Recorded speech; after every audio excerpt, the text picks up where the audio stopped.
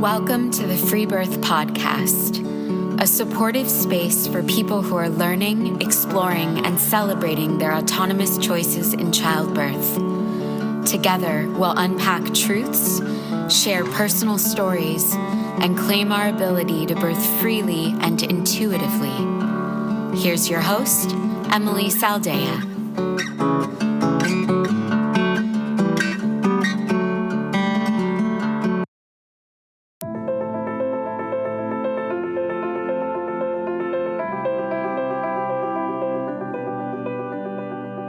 Do you know it's your calling to become an authentic midwife? Do you dream of attending women in birth? Have you felt frustrated trying to be a birth worker in the system? Are you looking for a better way to walk with women in total integrity, supporting mother-led physiological birth? Are you dreaming of building a thriving, profitable business as a birth coach? Well, we are thrilled to announce that enrollment for our Radical Birth Keeper School is now open. Classes begin June 1st, so head over to our website and get the details. The time is now, and we need you to join us in this birth revolution. www.radicalbirthkeeperschool.com.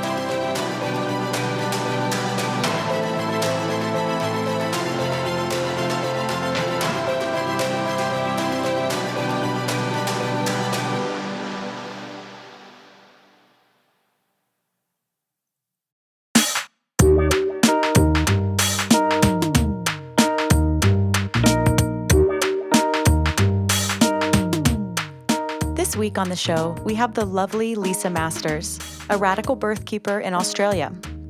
As Leisa shares her journey from doula to coach, we get into the doula climate, money, integrity, and she describes the lightbulb moment when she learned how to stop heroing women and show up for them in mutual responsibility.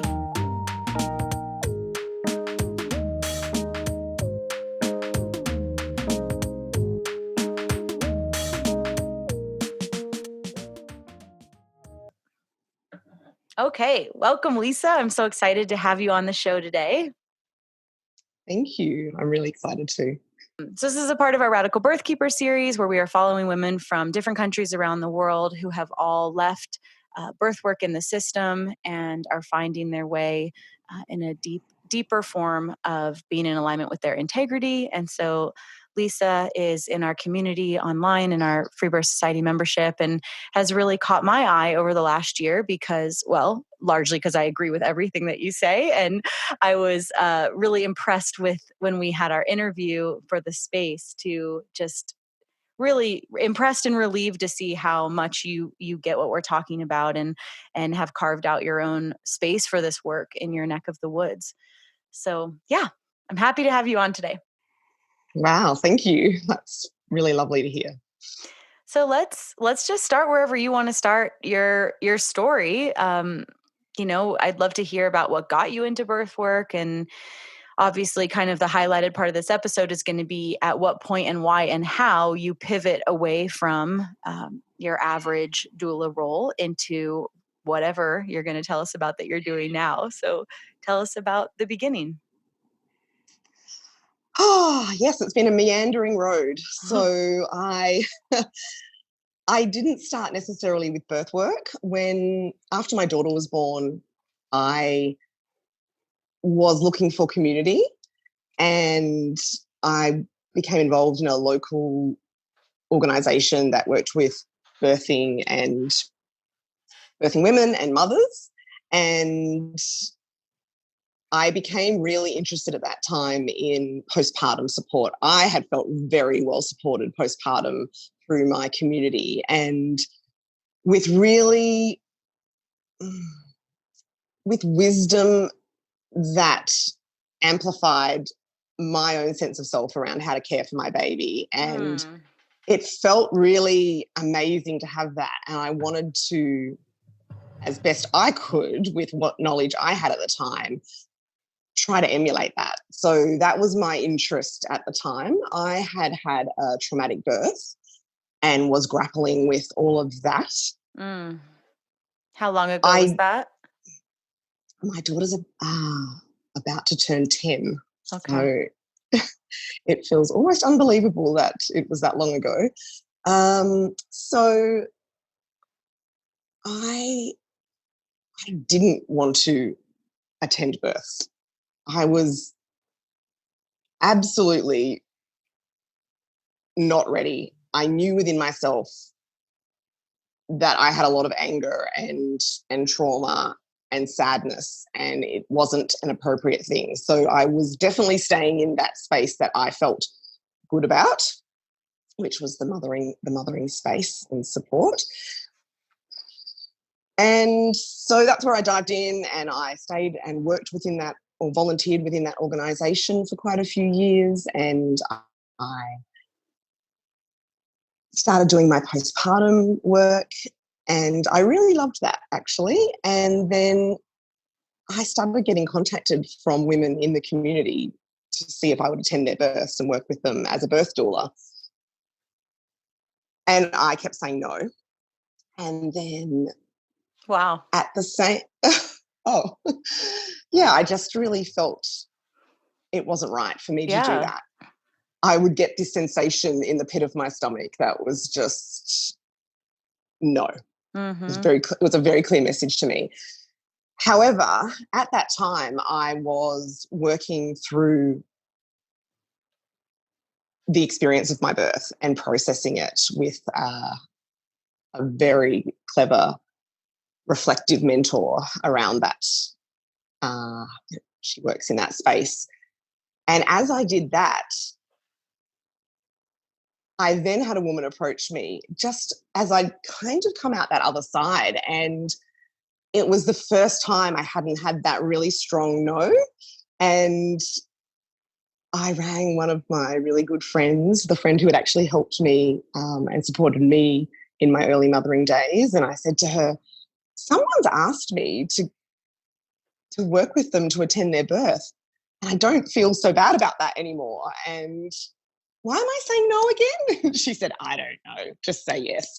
So I was really ready to say yes. And so I did. And so it began. And so I would say that for the most part, I started doing very typical doula work. And I guess as I've moved on and grown my philosophy and thought about the interactions I've been having with women over the years, I can see back then that it was about getting women the birth that they wanted. And that meant, lots of strategy around how you'll work the system. And so some of the births that came out of that time were, I guess, quite unusual for hospital births, in that someone went to, stayed pregnant to 43 weeks and went in and birthed. Someone had a VBAC after 2 cesareans, with the minimum amount of intervention that hospitals, usually don't give. But also there were births that were really hard and that women weren't getting the births that they wanted to. And I was trying to search for answers around that. I wanted to know, what could I have done? What could I have done different to get them the birth that they wanted? Maybe we should have done this and maybe we should have done that. And it was really weighing on me, and I was really emotional about my responsibility around what I had and hadn't done. And I looked for answers in a lot of places and I couldn't get them. And which obviously makes sense. Yeah.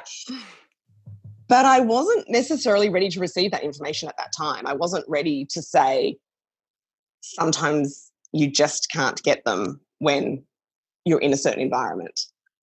It's not about having the best strategies. It's not being able to work it this way and work it that way. It isn't a system that can wait for women a lot of the time. And a lot of those births that worked out were because the woman's birth was lucky. Yeah, like, a very straightforward, relatively well-timed birth. We, the right midwife, and, and I am very grateful to those midwives who were there for those women and helped them have, births that they were very, very happy with, So but it's nothing we can depend on. It's nothing you can depend on. And so that I sort of had this realization. I had a conversation with someone, actually it was the same mentor who had helped me through my own birth trauma. I had been at a retreat and she was there, and we'd had this brief conversation and I was looking for answers, and she just said, I don't know, I can't even remember. She just said some words that this part of my brain opened up, and I thought, oh, I'm not responsible. Women are responsible. And I kind of gave myself this big talking off, or talking to. Who do I think I am that I'm responsible for women's births? Only they are responsible for their births and how they choose and what they choose and where they choose to go. And I am a woman. I should walk with her. And even though I had that belief, maybe it was more on paper. So I just chose in that moment to step fully into, I walk with women. They are responsible for their choices. And that is how it should be. So totally. And I'm so happy you're talking about this, because this is such a massive part of our untangling, that we do in our school, because so much of, if not all of, the doula role and the midwife role and even the doctor role is really rooted in heroing, and saving and taking more than their share of responsibility. And there's a real cost and shadow side to that. But I'm wondering, because I know a lot of women get confused about this, how did you kind of untangle this element of, okay, you're not responsible for them and women should take responsibility for their own choices, but how do we navigate that intersection when we're actually talking about abusive systems and abusive providers? That's, I think that gets really confusing for a lot of birth workers, where it's like, okay, but we have information that they don't actually have, which I'll just go ahead and answer the question for myself, which is, that is one way that I take responsibility, is by candidly sharing this information that I know to be true, and having my own boundaries around what I'm literally willing to get involved in or not. Which I'm sure we're going to get deeper into about your story as well. So yeah, I'd love to hear you speak to that a little bit, because, I heard you say that you were going through these births and processing, what could I have done? And that's such a normal thing for a doula to do after a hard birth, or a midwife or a doctor. And yet, as you're pointing to, that kind of over analyzing and taking more responsibility than what is ours keeps this dynamic setup where we're seeing women as needing to be saved, which then keeps them out of being exalted into their own responsibility. Yeah, I don't have to say anything now. That's exactly it. Exactly. And I almost felt an immediate reflection. Well, I guess, I love that this is the focus and the support you'll provide through the school, because gosh, I had to take a long time to figure it out. That's why we're doing it. Exactly. And I felt very, very lonely, actually. I felt like I was thinking about birth support and birth preparation, I guess, in a way that was so different to everybody, that the cogs turned so slow, and I felt a bit wrong, because exactly as you say, was I suddenly throwing women to the wolves and saying, well, you're responsible for your own outcomes, and if that's what you choose, then that's the problem.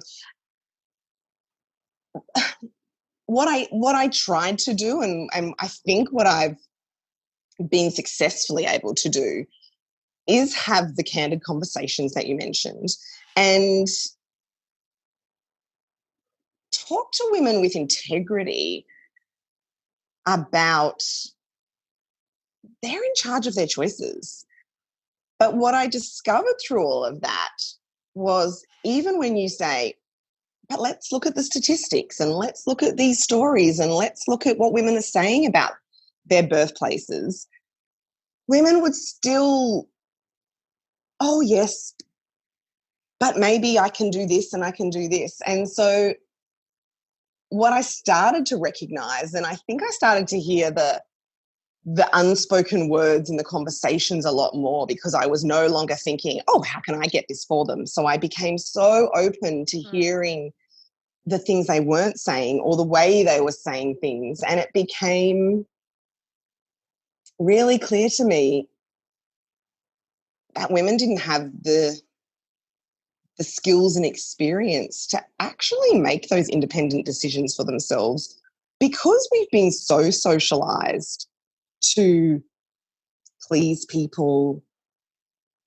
be so worried about what people think about the things that we say and the way that we act, that I found that women were so held back by these parts of their personality that even with all of the knowledge that right, it didn't trump it. Yeah, it didn't trump it. So I started working at that level and really asking them. So when I would hear statements like, this birth means everything to me, or if I have another cesarean, it will break me. Mm-hmm. And then they would go on to tell me how they had an uncomfortable an appointment with an obstetrician who hadn't listened to them and been kind to them. And I'd mentioned that perhaps they could say they weren't meeting with that obstetrician again, and hearing back, oh, but I don't want to hurt their feelings. And I just really sat in silence with her and said, you just told me this will break you, but you don't want to hurt someone's feelings who will never care about you. And we know it's more than just hurt their feelings. It's, I want to avoid conflict at all costs. Sure. I want to avoid taking responsibility, and that's where this conversation can get tricky, because I think people who don't totally understand this level of communication that we're talking about can feel like this sounds like victim shaming. And it's absolutely not that whatsoever. It's actually the opposite of that. It's actually trying to, I love how you pointed out that when you stopped having an agenda, you were actually able to listen, and you were actually able to speak from such a deep level of listening. And that's exactly right, because then you can slow down and really meet women where they are. But what I'm really hearing that you found the language and tools and integrity to do is actually reflect and challenge, a lot of what, and connect the dots, and for a lot of what your clients were saying. And I totally resonate with that. Because it is more than just people pleasing. And maybe it's all kind of wrapped up into that, but the not wanting to rock the boat, avoiding conflict at all cost. And then, we're talking about responsibility, that women are socialized to take on more than their share.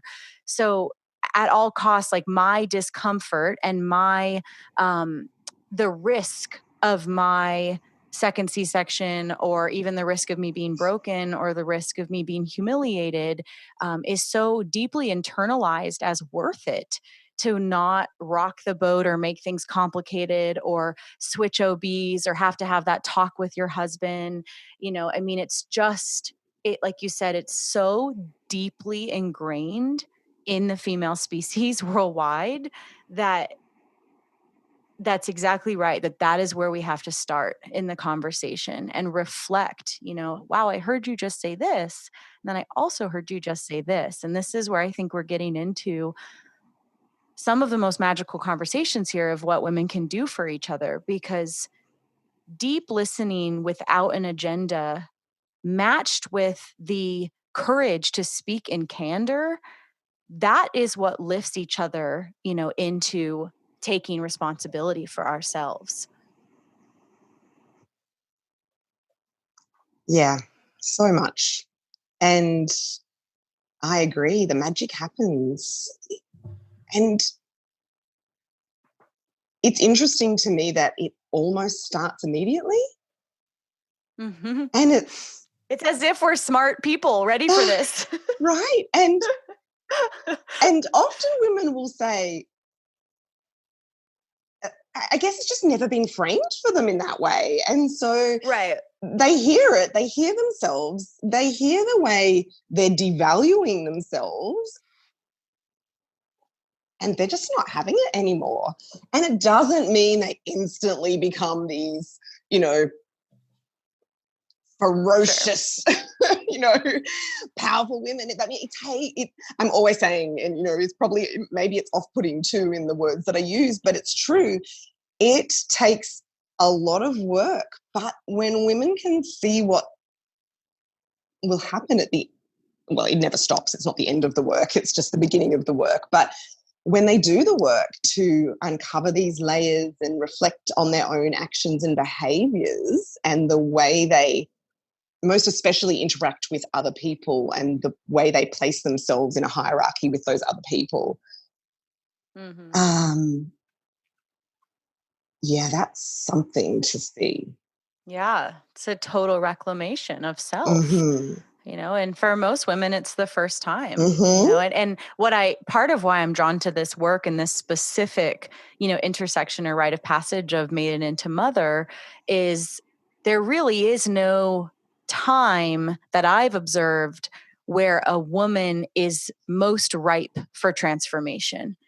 Like if it's gonna happen, it's gonna happen around this time. And sadly, one of the biggest transformations, that I do see is women are traumatized in their birth, and then they learn never again. Mm-hmm. And that's a lot of what I do with my coaching of birth trauma debriefs is how to take what this taught us about who you are, how you are, the cost of not speaking up, all of this stuff, and how to make it be the last time you have to learn that lesson,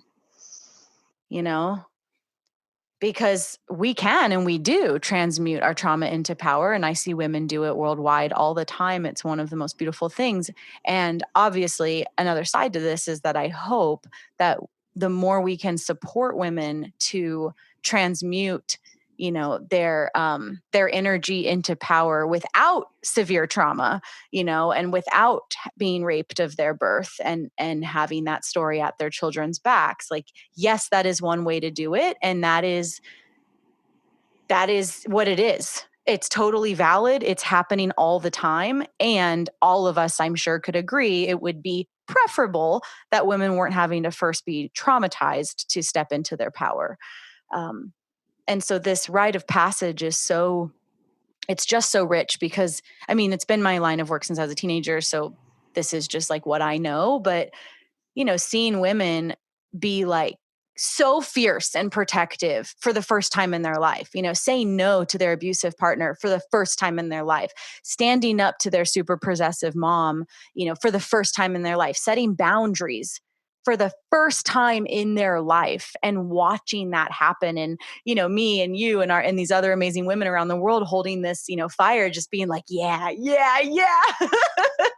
And just fanning the fire and holding it. To me, that's a lot of what this radical birth keeping or authentic midwifery and sisterhood really is, doing our own work so constantly and so transparently, that we are really able to show up in this clean, purified way that can exalt our sisters into power.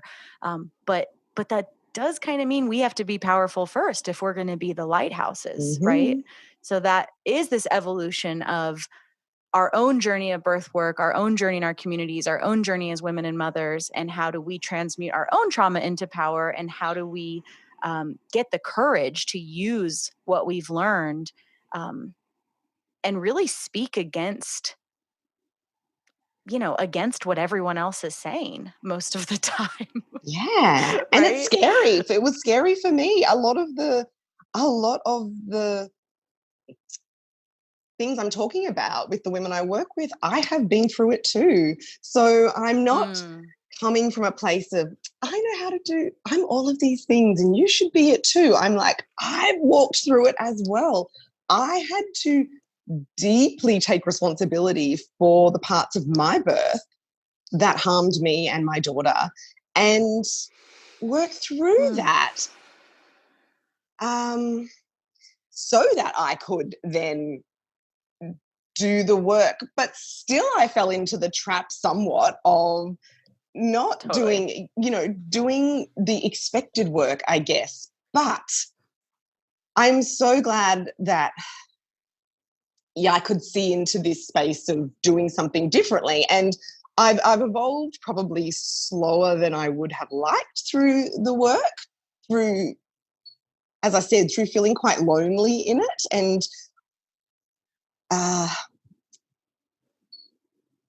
in not quite knowing how to, I live in quite a small town, so this idea of how many women are there to work with?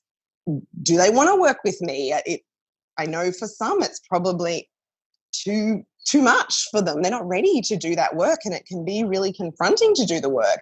Obviously, the women that came and did it, the transformations in them, not just for their birth, but for their lives, as you say, going on to make choices that they would have never made before is extraordinary.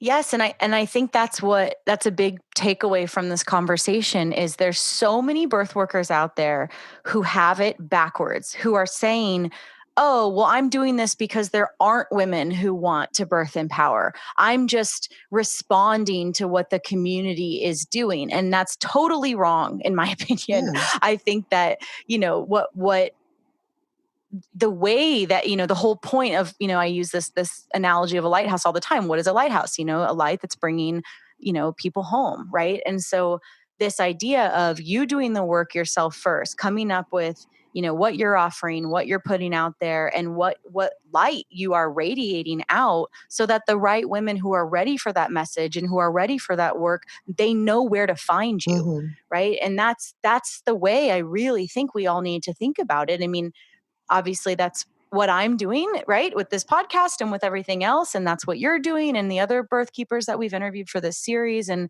so many women I know just in our community alone. And so I really hope that that's a big takeaway for everybody listening, that you don't reactively, wait to decide what you're going to offer to your community. Like, yes, there's something to be said for, what does your community need, and evaluate that. And of course, listen to that. But I think that the bigger theme here is you've got to get right with what you're offering first and get really clear on what that is and shine that out in such brightness and integrity that the women who are ready for that know where to find you. Mm-hmm. Mm. So tell us more about your story. So as you start to discover all of this and unpacking responsibility and where those lines are, and feeling rather alone in that, and feeling like it's taking kind of a long time, which I totally relate to, what happens next? I started doing some personal development, some business development that, again, maybe not dissimilar to the work we do. It's for birth, but it's for life. It was like, come and do this, it's for your business. But really, I'm going to unveil a whole lot more to you about yourself and how you think. Mm-hmm. And that was really powerful. And I'm really grateful to that work, because I wasn't expecting it. And what came out of it was also really powerful. And the more I learned about myself, and the more I learned about why I act the way I act based on our upbringings or the people around us or society, the more I could see the release of those things. And so, I started to show up, as you say. I did the work for myself, and I started to show up. Women can come to me as they want or not. I'm not invested in forcing this work onto women. I want them to feel they deserve it and do that work. So help contextualize what it is that you're doing and what that journey has been. So what does your birth work look like now versus what it used to? Yes. So I started to, a pivotal point for me was a lot of my clients stopped for one reason or another, weren't actually getting around to calling me for their births, or we would touch for their home births. I was still attending births in hospital. So okay.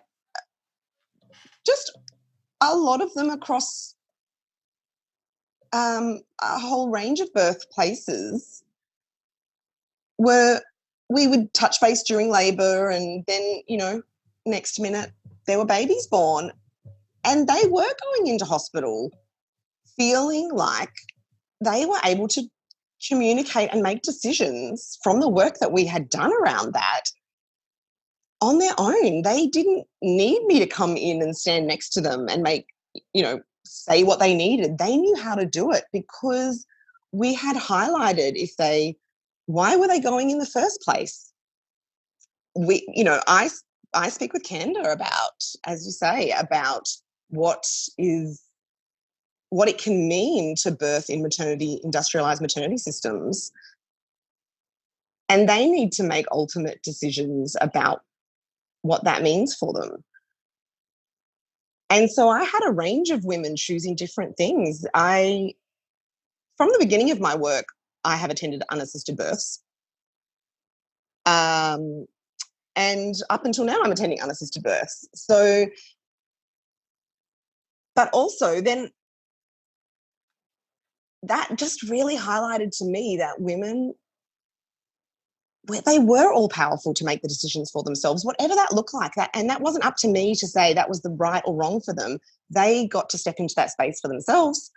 So I started to think, what if I offered this type of support and preparation that I'm doing with women in this work without birth attendants? What if that meant they looked at that program and were able to see that even more I trusted them to go into their births, to do what they needed to do without me needing to be there for them? That was a next level of responsibility for them, I think.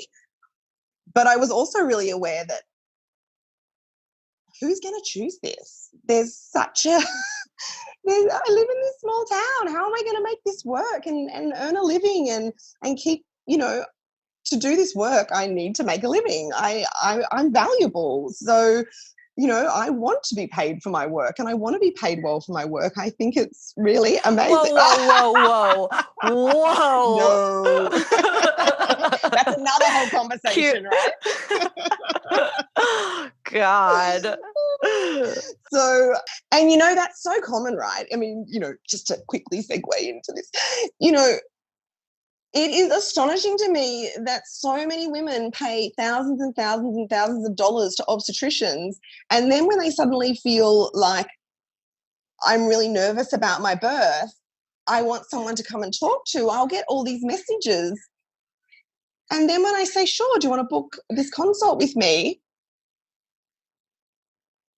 I think people are outraged in some senses. For some women, it's like, what do you mean? And it's like, I'm like, I'm a single mother sitting here, and I've invested a lot of money in myself too to be able to offer these services. And it's so interesting how it's not valued by some people and obviously highly valued by other people. So, and that's okay because that's who I'm working with. So it's fine, Exactly. And it's all, but I think this does tie back to the whole theme of really moving out of this kind of hero persona, which comes with a sense of lack of boundaries, giving away your services, sacrificing yourself, your time, not valuing yourself. There's a lot of stuff in the hero position that really go together.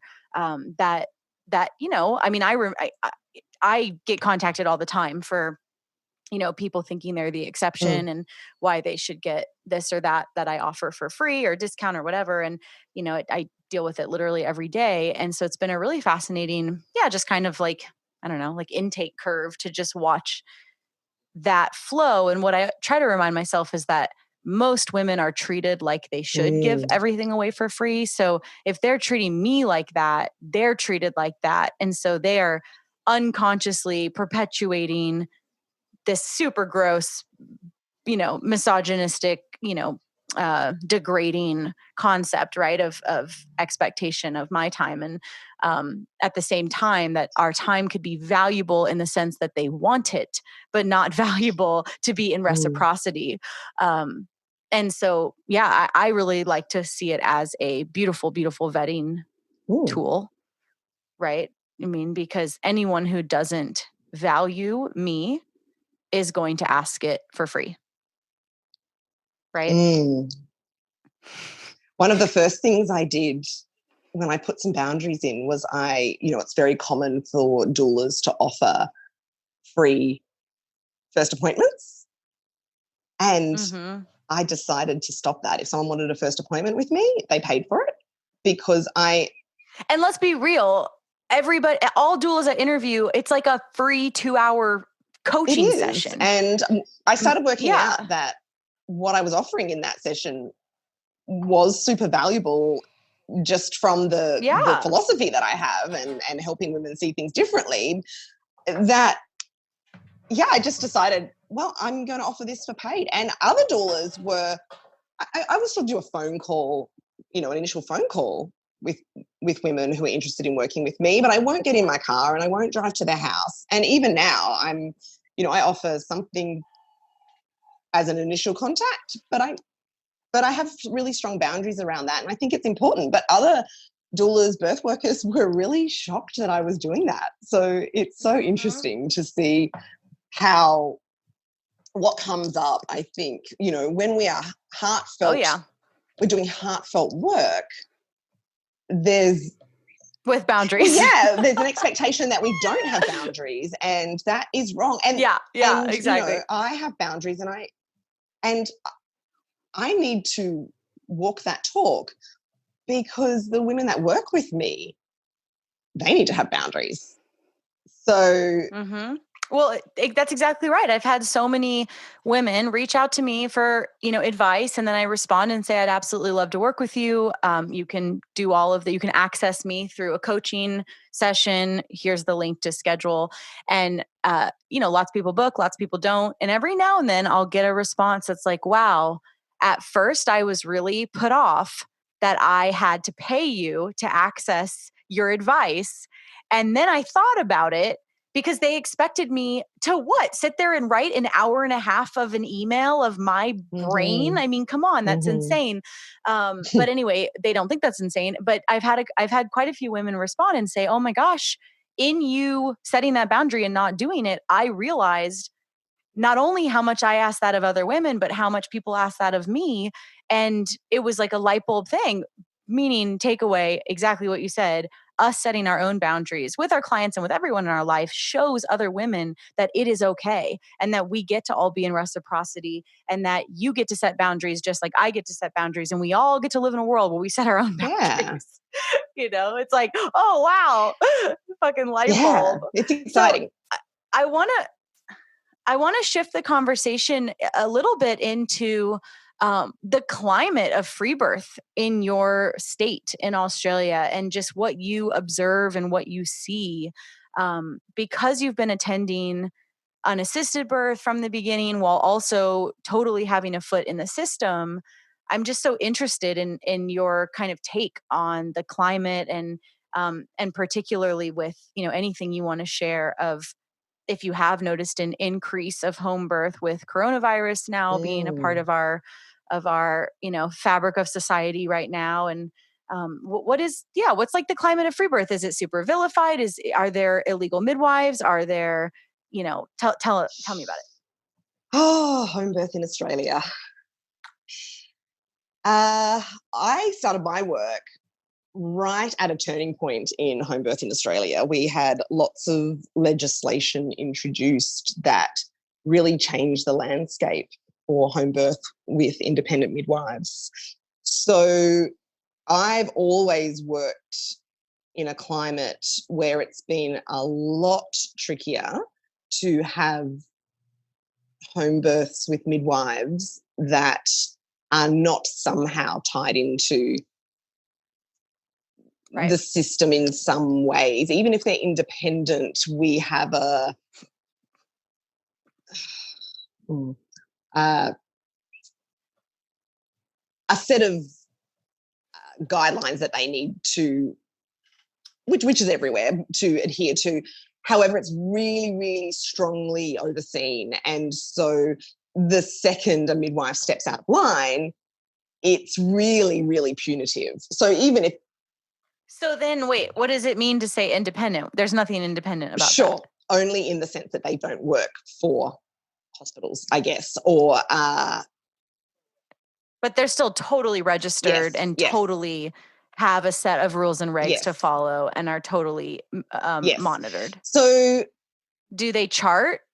Yes, if they're registered. Do they like they're medical midwives? Yes, and even those that are still in that space of working with women, they feel it's really, really hard not to be having to do all their bits and bobs to stay registered, not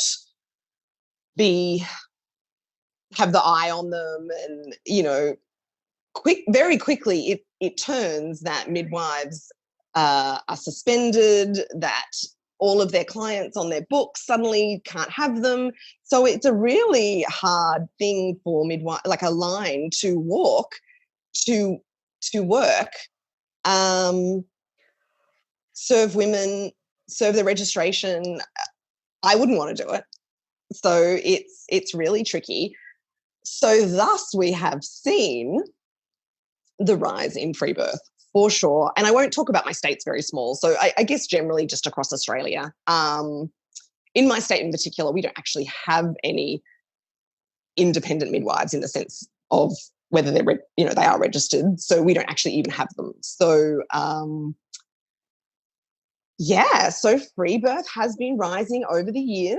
There are cases of, in one state in Australia, they actually brought in legislation to be very particular about working as a midwife. So again, who says if you're working as a midwife? Can't you only work as a midwife if you're a midwife? However, would somebody say I have midwifery skills? I don't. I don't have any midwifery skills. I don't know how to medically do anything with monitoring or... Which is not midwifery. Yeah, sure. But the way that midwifery has been, I guess, co-opted as a word, it is actually which I think is similar in other countries, that the word midwife has been taken to mean and have a certain definition and be about registrations. So it's it's bizarre then to say, was she acting as a midwife? So in one state, birth workers who would like to attend, who are not midwives, so unregistered birth workers who would like to attend unassisted births with women with women's support, they're very scared to do so. They feel very risky, and generally my understanding is it isn't done there. The rest of the states are... I feel comfortable attending unassisted births. If something happened, if the worst happened, if a baby died, I don't know. I don't know what would happen to me. I have decided to accept that it could happen, and a lot of bad things could happen to me, in the sense, would I go to jail? I don't think there's legislation around that. Could I be sued? Yes. Could I have to go to court? Yes. And I accept that. So, and there's so many very reasonable ways, and we do a very, very, very critical deep dive of this in the school. Mm-hmm. So please take it, anyone who really wants to understand this. But there are so many ways to protect yourself in how you attend. But I think getting really clear and honest about, yes, the risks, But going past that, like you just did, of like, okay, what are the actual risks and what's actually going to happen and how is this actually going to be viewed in my state and what is the actual legislation? Because you might find it's not actually as scary as it's painted in your doula training. Yeah. And I think it's part of, for a long time, even though I did it, I was scared to do it. I was worried about what would be said about me, and not even about a poor outcome for a woman and a baby, but very much about what would people say about me. And again, I have to walk my talk. I have to decide that I just turn up for women and in the way women ask me, and I trust women that I work with, or I wouldn't be working with them. Exactly. So it just, in the end, it came round to me sitting with it, deciding and going for it, and knowing I would turn up for women as they asked me to. And that felt really good. Yeah. Exactly. Yeah, I so resonate with that. And I really noticed a big shift when I stopped attending births with medical providers and really only started attending births without providers.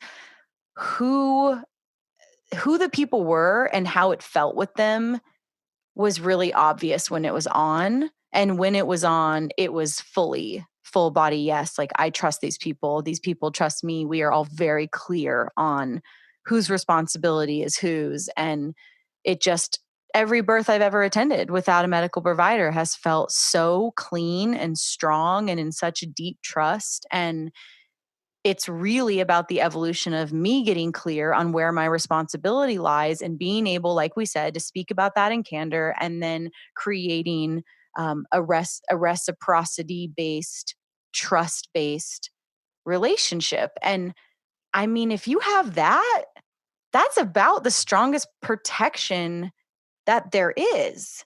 And I guess I'm just reminded of how many women I have supported in the system who I didn't have that with.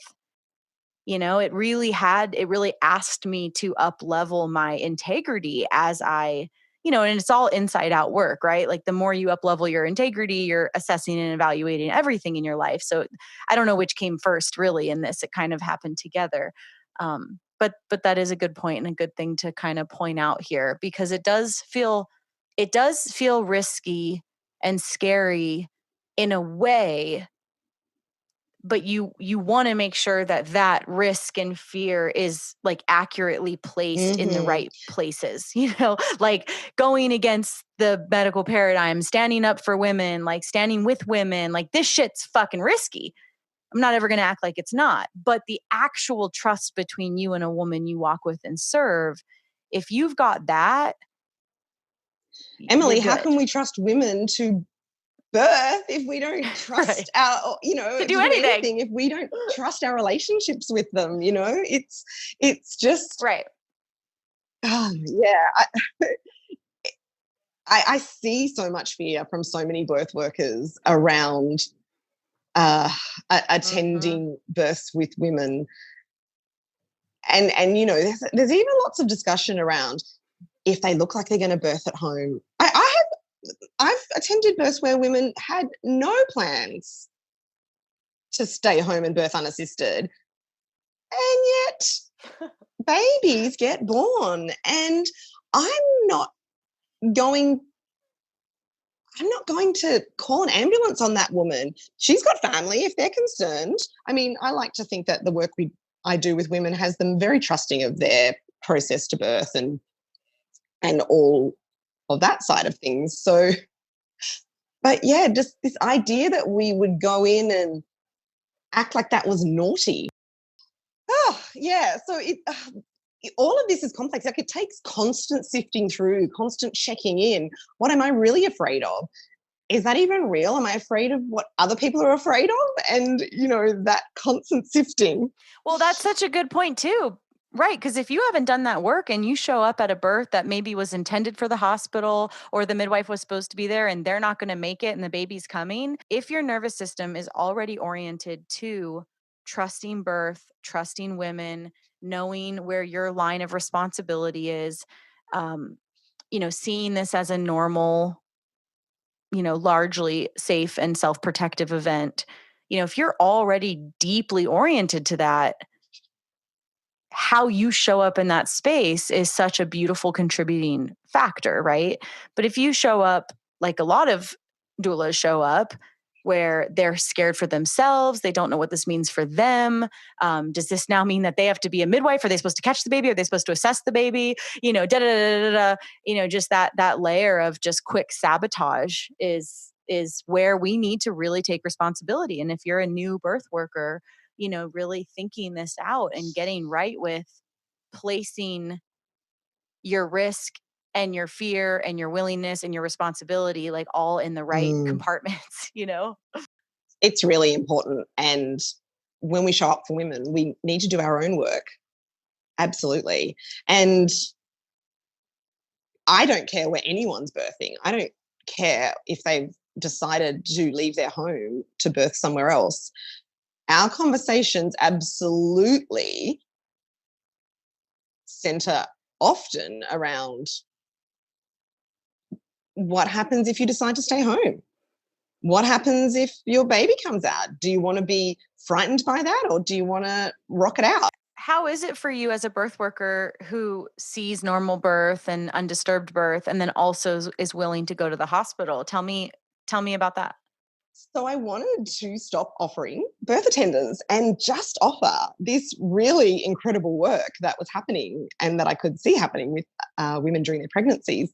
And I had a coaching call with someone, and she said to me, well, why are you just offering this locally? Why then can you do that online? And I said, oh, well, I've done some women online, sure. A previous client had moved away. Someone contacted me from a town a few hours away that's quite remote.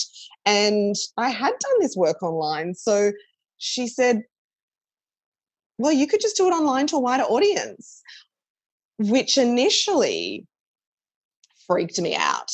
I had all those imposter syndrome feelings of, who would I think I am to be able to work in other people's spaces? And that all lasted about other people's spaces, like people have more right to the internet than you. Like what if I had clients from Sydney and all the Sydney doulas got angry at me? It was really, it was really funny. It was so, this is the thing. We can do the work and do the work and do the work. But so very often, all of that stuff comes up that we think we've worked through, but there it is. And so it was funny to see it come up.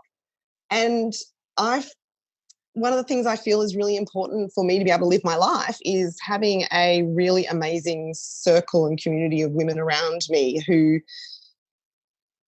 will uplift me, who will hold space for me, who will not buy into fear and will hold me to account with, why would you have concerns about that? Like, this is great, do it, So for me, I was able to very quickly move into a excited space about offering what I do more widely, because I do feel it's a bit different from other birth workers. So I started offering that out, and I did this dual role for a while where I was offering out this remote work, and I was also then still doing the work locally. So it's like prenatal childbirth prep virtually. Mm-hmm. Yes, but more of this area that we were talking about before, in really digging deep into who we are as women, how we act as our automatic actions, how we see ourselves, how can we adjust the position that we place ourselves in comparison to other people. So all of that. Oh my gosh. I'm so excited that you're in Lighthouse Leaders with us, because this is going to be such a fun layer, of these tools and the framework to add into what you're doing. That's so cool. Okay, so you roll this out and you're doing dueling. Yeah, doulaing. That was cool. Don't even try. and what I also started to notice was I really stopped wanting to be called a doula. I really didn't feel any affinity to that word anymore. And I tried it on in different ways, and I just decided I just didn't want to call myself that anymore. I really felt it was a much more mentoring role, walking with women, and just seeing birth as an instigator to do this work was really exciting. What was really interesting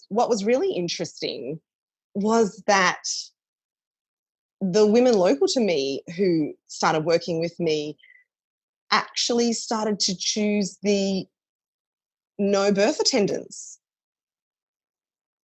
And I love that too. I didn't think that would happen. But, you set the intention and people show up for it, right? So it was really exciting that then I was actually able to do the work I wanted to do even locally. So I found myself in this position. Fortunately for me, the births that I was attending were unassisted births. And some of the births that were maybe not occurring autonomously at home were where women were just working with me through their pregnancies.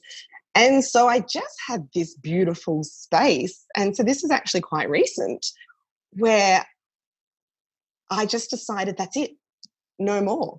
And for a very long time, I don't know whether I was trying to convince myself or whether I believed it. I kept saying, I'm fine attending hospital birth still. I have my boundaries and I do this really deep work with women, and I believe women are intuitive of themselves. They aren't got, it is okay with me that they don't want to choose free birth. I don't think everybody should. If they don't want to, it's not up to me to convince them that that's the only way they should birth. If they're still deciding they want to birth in hospital, that is their decision. I trust them all the way. It doesn't mean that that stays what their belief will be for the future, but it just means that that's what they've decided is right for them right now. But I had this space where I didn't need to attend that. And that actually felt so damn good in a way that maybe I'd never admitted to myself. And so I just kind of clicked my fingers and overnight just went, that's it. I'm 100% online. I am here for the work that I actually want to do. And oh my goodness, it feels good. So do you still attend if it's home birth? I have taken down any offers of birth attendance from my website. And if women want to approach me about their births and talk to me about being present at their births, then we can talk about that on a one-to-one basis and see what comes up. So yeah, I will still attend births if women would like that, and if it's the right fit. And I think that's really important for both of us. So yeah, this feels amazing. And when I talk about it, I get butterflies because I'm so excited. It feels so aligned, and I bang on about alignment all the time. So it's about time that I step into that too. And it as I said, the cogs have turned quite slowly for me, and maybe that's okay as well. I think everything works how it should work to feel right about something, and maybe it can turn faster for other people if they have that support that you're talking about, because the loneliness maybe took me some time, and I am surrounded by some amazing women who attend births, and so we have lots of discussions around it. And yeah, so here I am, and it's been a really interesting time that I kind of decided that just before this huge global change that we have seen around Corona, and that's very interesting to observe. So we talked about it earlier, that whilst we've been talking about what's happening to women in industrialized birth spaces, these huge amounts of birth trauma and PTSD and unnecessary interventions. And yet this is the pivotal point where women decide to evaluate where they're having their births. And so you are seeing that? You're seeing women opt out of hospital birth because of this? In Australia, in the kind of online groups, we're seeing influxes of women both in the home birth space looking for home birth midwives and in free birth groups. Yeah, definitely. It's really interesting to me because what's going on with women? Like, for some women, they can click their fingers and decide, great, I'm going to have this autonomous birth now, and that will work out for them. But I do think for the majority of women, how can they go from they were planning a birth in a space driven there mostly by either because everybody does it or deep-seated fear around their births. And a sense of control and knowing what to expect and having other people tell you, what to do, and you can just play your good girl and get a baby. And we know that the baby becomes prized in all of that and the woman becomes nothing. And so what will if women do decide to birth unassisted, how is that going to play out for them? We know that. I doubt they will. I doubt they will, because unexplored fears turn up in birth, right? Of course. And if not in yourself as the birthing woman, certainly in the people around you. So, I mean, it would have to be a level that it's not, where hospital L&Ds are literally turning women away, which, given that it's such an enormous part of a hospital's profit, I don't, at this time, I have no evidence to believe that would happen. So I think you're right. I think there's different types of women. And for some women who were maybe borderline or were maybe thinking, not, kind of playing with it, I think, this is increasing that idea, as it should. And then I'm sure it's unwavering for probably the vast majority of women. Right. Because this is such an extreme, like the hospital would have to decide it for the vast majority of women, which we don't see any evidence, to my knowledge at this point, that decision's going to be happening. That would be interesting for the hospitals to actually say, no, we can't that's not what they're doing, right? What they're doing is saying, and I almost find some amusement in it, because I'm sure many hospitals have been, secretly wanting to find a way to exclude birth support for women for years. And so, right. They're like, doulas are out. So, and yeah. Oh, and the midwives in all the countries, like that. Denmark and everybody is like, oh, yeah, nope, you can't birth at home anymore. Everyone has to come in. So that's what I mean.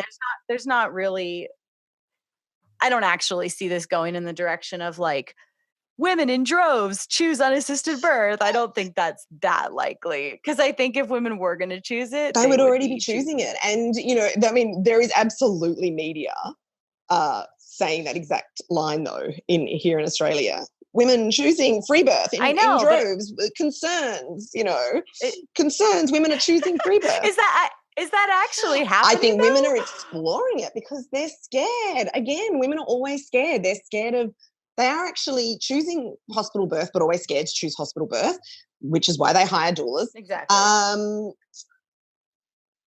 Which is a different conversation.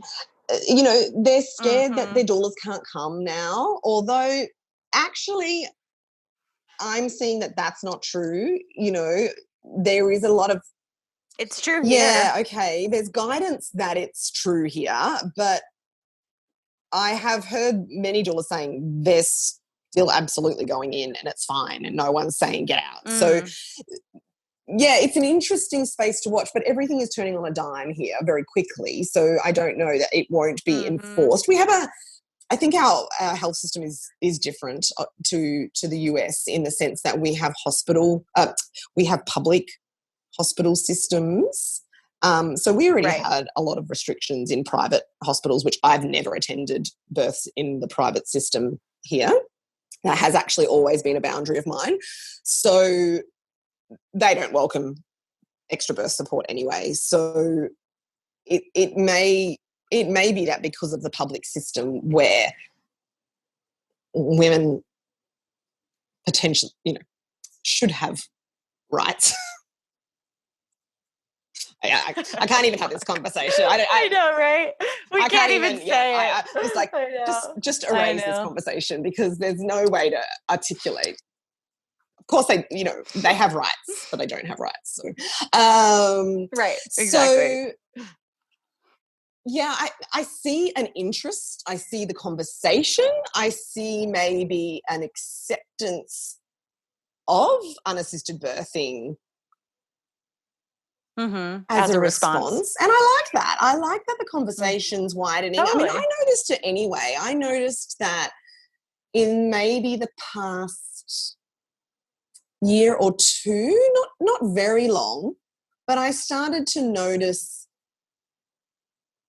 the change. And, I absolutely credit this to Free Birth Society and the work that you do. And the podcast that is so available to women, the conversation about free birth has changed. I think it went from, I can't get a midwife. I want a midwife, but I can't get one, so I'm going to free birth, to women just choosing free birth as a very real choice on the spectrum of choices. And that has been pretty radical and revolutionary, in my opinion, to see women just talking about it in a really ordinary way. Obviously, that's not everybody, but in a big space.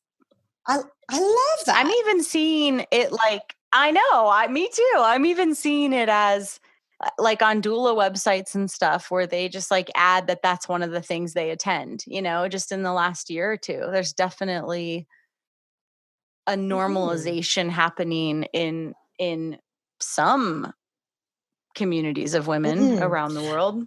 Yeah. Babies get born. And I think that this again is adding to the shift of it's an option. Explore it. And that's where I've always been. You might not choose. I love it too. The idea of that it's an option to do nothing. It's an option to not leave. It's an option to just be. It's oh, what? And we have to have this label for it and a podcast about it and all of this stuff to be all we're literally saying is you can just live your life and just make your own decisions and just stay home. And thank you for, picking up that in that I just said it like that, because it is so easy to fall into that. Because as I said, I have that conversation with the majority of my clients. It's well, you might choose just to stay home, and that will be great if that's what feels right in the moment. That will be perfect, and babies just get born. And going back to that, the work I find where women want to free birth, some women will just turn up and they'll say to me, I'm planning a free birth, will you come? And that's one thing that happens. But I have other women that I'm really interested in free birth, but I feel really worried. I feel really frightened. I have lots of fear to work through. And that takes them a lot of conversations and a lot of considerations and a lot of exploration and a lot of education before they can step into that space. And when they do, it's amazing. But it has taken a huge shift for them to do that. So the women mostly through they're nearly at the point of birth and they suddenly decide that they're going to free birth. I don't see how that can happen. I mean, a lot of people bought our course. A lot of people bought your course. Maybe. So that will be, you know what? And it's going to be really interesting to see. I don't want women ever to birth in fear one way or the other. And of course that in itself is such a hindrance to birth too. So I wish women didn't have to, they could make this choice because it feels normal and part of their everyday life. But isn't even like the choice to leave your home largely rooted in fear to begin with? Like, and we already know, right, how it disrupts the hormonal blueprint and shifts, you know, the otherwise potentially naturally occurring hormones of the birth process. So yeah, it is interesting. But I think fear also, you know, what we can do? Everyone's where they are. And if you're pregnant, your baby's coming, you know, you got to contend with it. And I'm not saying that's like a very casual thing. It's an enormous thing. Yeah, it'll be interesting. It'll be interesting to see how this impacts thing. Yeah. And, well, buy our course if you're considering it. Enroll in our school if you want to learn how to be with other women. And Leisa, where can people find you? Women can find me on my Instagram and my Facebook, Earthside with Leisa Masters, that's Leisa, or my website, earthsidebirthservices.com.au. Awesome. Thank you so much for today. It was lovely to connect. I'm proud of you. Too. Oh, thank you so much. It's been a long road and I'm really happy. It's awesome. All right, girlfriend, take care. Oh, thanks, Emily. That's it for today, everyone. Join us next week for another episode of the Free Birth Podcast. Thanks for joining us. And remember, your body, your choice. Lots of love.